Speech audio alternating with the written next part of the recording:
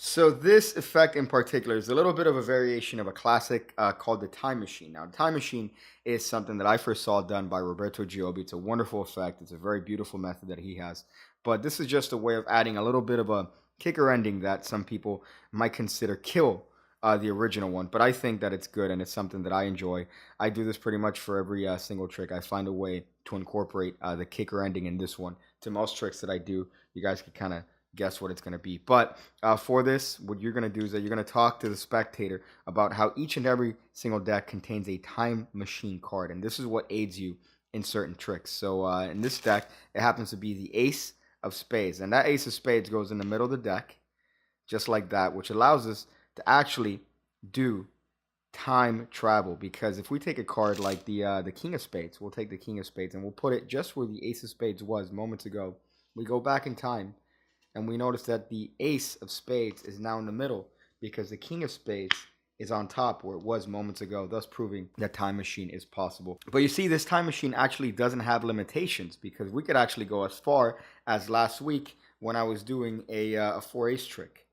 So that's another interesting property of this time machine. Yeah, boy, you see, kicker ending always has the 4 aces. So that's kind of my rule here. So for this, you need a little bit of a setup. You might want to use the King of Spades, something that's contrasting it. But you're going to take the 4 aces. The Ace of Spades is going to be uppermost, right? And what's going to happen, you're going to put the King of Spades second from the top of the deck, just like that. And then you're going to take another card that doesn't matter, and that's going to go above the ace. So you have X card, ace, contrasting king, followed by the 3 aces. And you're going to do the classic time machine trick. So it's very simple. You could do whatever false shuffle you want if you want to. And you're going to do a double lift. So you're going to do whichever double lift you feel the most comfortable with. I like doing that dribble double. However, if you want, you could show the Ace of Spades on top of the deck in a traditional double. Whatever it is that you want to do. But you say that that's your time machine card. You're going to turn the double over and insert it into the middle of the deck cleanly. So you're going to insert it into the middle of the deck, square it up, do whatever it is that you want to do. And you're going to say, we're actually going to need a test subject. And here, you could get a break. You could do whatever you want to do. I did a dribble double, I think, the second time.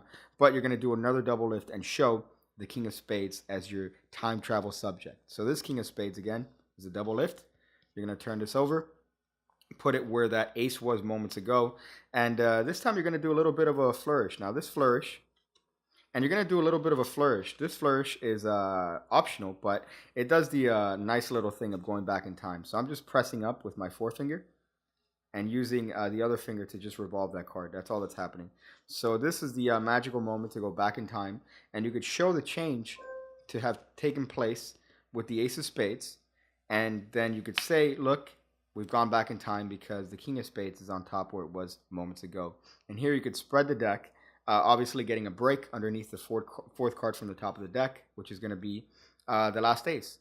So here you're ready for the Louis Simonov flip it move, which is going to be your magical move so that you could say, oh, we can actually go as far back as last week when I did an ace trick. And here you're going to do the flip it change, which is a very difficult change to do. But once you get it, it's very, very rewarding. So the way we do that is that we're just going to drop our hand.